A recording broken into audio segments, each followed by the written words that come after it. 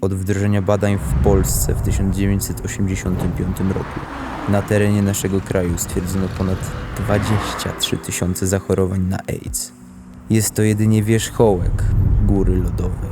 Szacuje się, że ponad 70% zarażonych może nie być tego świadoma. A niestety jedną z tych osób możesz być ty lub ja, każdy z nas. Dlatego ten materiał właśnie powstał po to, ku przestrodze. Żyjemy w naprawdę wspaniałych czasach. Dzięki internetowi ludzie stali się bardziej bezpośredni. Właściwie codziennie możemy poznawać kogoś nowego, niezależnie od tego, w jakim języku mówi ta osoba.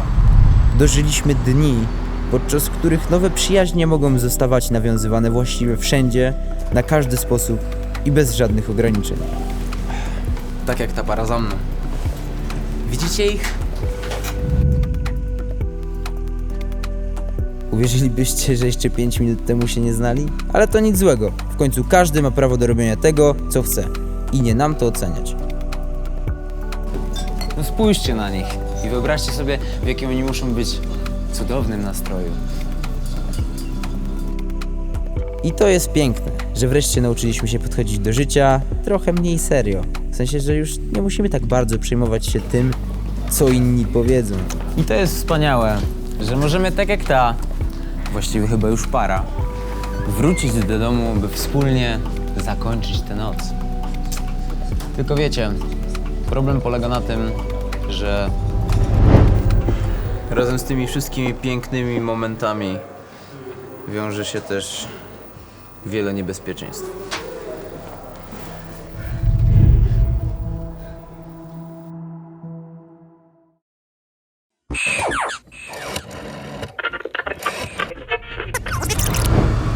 Ale jak się to właściwie wszystko zaczęło? Jaka jest geneza powstania choroby AIDS oraz wirusa HIV? Bo to też trzeba umieć rozróżnić. Cóż, żeby się tego dowiedzieć, musimy się cofnąć troszeczkę dalej niż do lat 80. Wiem, szkoda, bo fajnie tutaj grają dobrą muzę. Ale spokojnie, być może jeszcze tutaj wrócimy. Cóż, jest wiele teorii na temat tego, jak AIDS rozprzestrzeniło się wśród ludzi, ale najpopularniejsza z nich mówi o tym, że stało się to za sprawą polowań na małpy, które były organizowane w różnych częściach Afryki. Prawdopodobnie jeden z myśliwych w okolicach lat 30. ubiegłego wieku podczas uprawiania małpy skaleczył się i tym samym wirus z zakażonego zwierzęcia przeniósł się na niego. Szacuje się, że wybuch epidemii AIDS miał miejsce na przełomie lat 80., 90. ubiegłego wieku.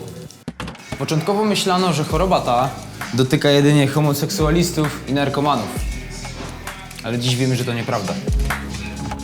W ogóle to przez te wszystkie lata powstała cała masa mitów i miejskich legend dotycząca HIV oraz choroby AIDS. Najpopularniejszymi z nich są m.in. te mówiące, że AIDS to choroba występująca tylko w środowiskach homoseksualnych. AIDS może zarazić się tylko osoba, która, powiedzmy, prowadzi bardzo bujne życie seksualne i miała wielu partnerów. AIDS można zarazić się tylko i wyłącznie poprzez kontakty seksualne. Wirusem HIV można zarazić się przez dotyk i przytulenie. Seks oralny całkowicie wyklucza zarażenie się wirusem. żadno z tych zdań nie jest prawdziwe. A przynajmniej nie w pełni. Bo po pierwsze, wirusem HIV może zarazić się dosłownie każdy, zarówno osoba homoseksualna, jak i heteroseksualna. Nie jest to, tak jak dawniej ludzie myśleli, tylko i wyłącznie choroba gejów i lesbijek, a taki tok myślenia może jedynie pogłębić ten problem. Po drugie, nie musisz być kolejnym Hugh Hefnerem, aby się zarazić. Możesz mieć po prostu pecha i pomimo ubogiego życia seksualnego złapać to cholerstwo. Ale faktem jest, że im bogatsze życie seksualne i większa niechęć do prezerwatyw, tym jeszcze większe ryzyko, że się zarazisz. Po trzecie, AIDS nie przenosi się poprzez dotyk, przytulanie, używanie tych samych naczyń, przebywanie z tą samą osobą w jednym pomieszczeniu, czy nawet całowanie się. Chociaż w przypadku tego ostatniego przykładu istnieje ryzyko zarażenia się, jeśli w jamie ustnej chorego partnera znajdują się nawet takie małe rany otwarte. Reszta przykładów to niczym nie poparte wymysły ludzkie i krzywdzące stereotypy. Zresztą odsyłam was do filmu Filadelfia, nagrodzonego 2 Oscarami, bo on świetnie opowiada właśnie o tym temacie. A, i byłbym zapomniał, po czwarte, seks oralny. To nie jest tak, że jeśli ktoś bierze do buzi, to jest bezpieczny. Owszem, ryzyko zachorowania jest mniejsze, ale wciąż istnieje. 4 lutego 1987 roku w swoim domu w Palm Springs w Kalifornii odchodzi znany amerykański artysta estradowy polsko-włoskiego pochodzenia, Liberace. 24 listopada 1991 rok.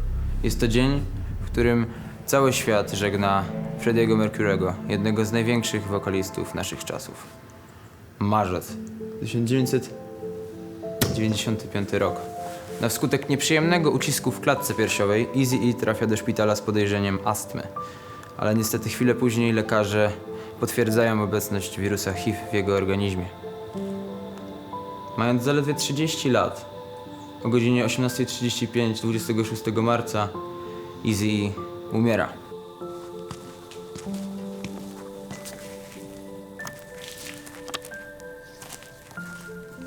Jak widzicie, to tylko jeden z kilku przykładów śmierci znanych osób, które zaraziły się wirusem HIV.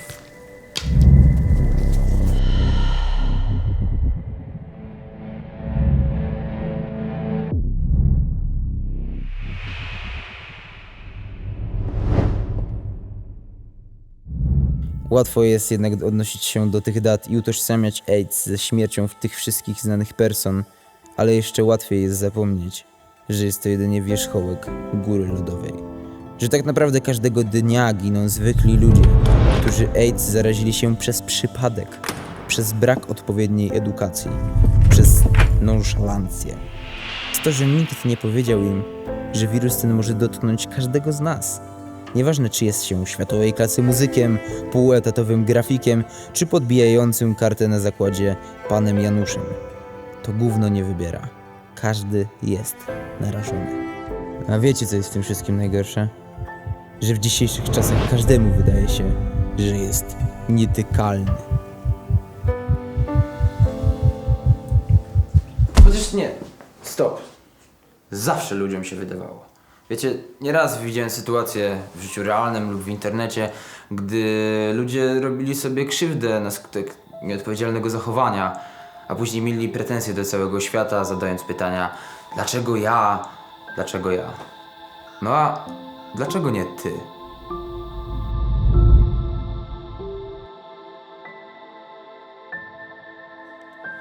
No bo jeśli nie chcesz się zabezpieczać, a wszystko co robisz w swoim życiu traktujesz jak jedną wielką grę komputerową, w której masz 9 żyć, to dlaczego nie ty? Nie wiem, ludziom chyba wydaje się, że AIDS to jedynie jakiś egzotyczny temat, o którym można usłyszeć jedynie w amerykańskich filmach. Tymczasem prawda wygląda zupełnie inaczej. Pamiętasz tą niewinną dziewczynę, z którą ostatnio skończyłeś imprezę? Albo tego chłopaka, który z twarzy przypominał Leonardo DiCaprio. Każda z tych osób może być potencjalnie zarażona. I nie, dla sprostowania, nie chodzi mi tutaj o to, aby robić z was jakichś świętych, bo seks jest wspaniały i nie ma się co czarować. Nie chodzi tutaj także o to, aby zakładać habit i od dzisiaj przez resztę życia iść na klęczkę. Nie, chodzi o odrobinę rozwagi i o to, żeby od czasu do czasu iść się przebadać. O to, aby po prostu się zabezpieczać, gdy idziesz drugą osobą do łóżka.